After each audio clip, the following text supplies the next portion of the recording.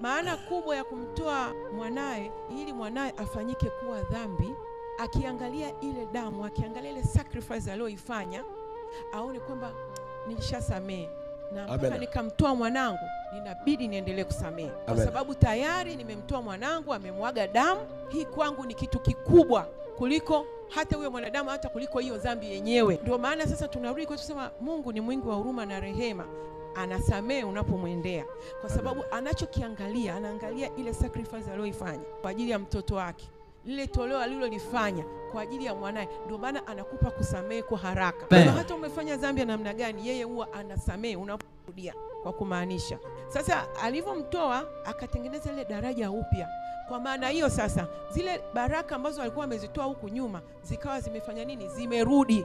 Yeye anayeamini na kukiri, zile baraka za mwanzo za Adam zikawa zimerudi. Ina maana kukawa tena hakuna uharibifu, mateso yakaondoka. Pale ndipo wokovu sasa ndio ukaja. Ina maana kitendo kile cha kumtoa mwanae ndio alichofanya wokovu. Amen.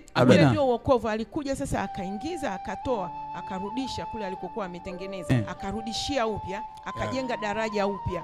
Amen. Amen. Sasa ina maana watu tulishazoea kwamba kuna mateso, kuna kufa, kuna kukosa uhuru, kuna dhambi, kuna nini. Kwa hiyo tunajihesabia, lakini kiukweli Mungu alishasamehe. Mungu alishatengeneza lile daraja ambaye kupitia mwanae. Sasa anasema wewe ukiamini kwamba Mungu alishapitisha lile daraja na akamtoa mwanae, akamtoa Yesu, ina maana pale umepokea wokovu. Anasema ukimkiri Yesu kuwa ni Bwana na Mwokozi wa maisha yako, ina maana umefanya nini? Umeokoka. Tusomee Warumi 10:9. Warumi 10 mstari wa 9. Neno matakatifu ya Mungu yanasema, kwa sababu ukimkiri Yesu kwa kinywa chako ya kuwa ni Bwana na kuamini moyoni mwako ya kuwa Mungu alimfufua katika wafu, utaokoka.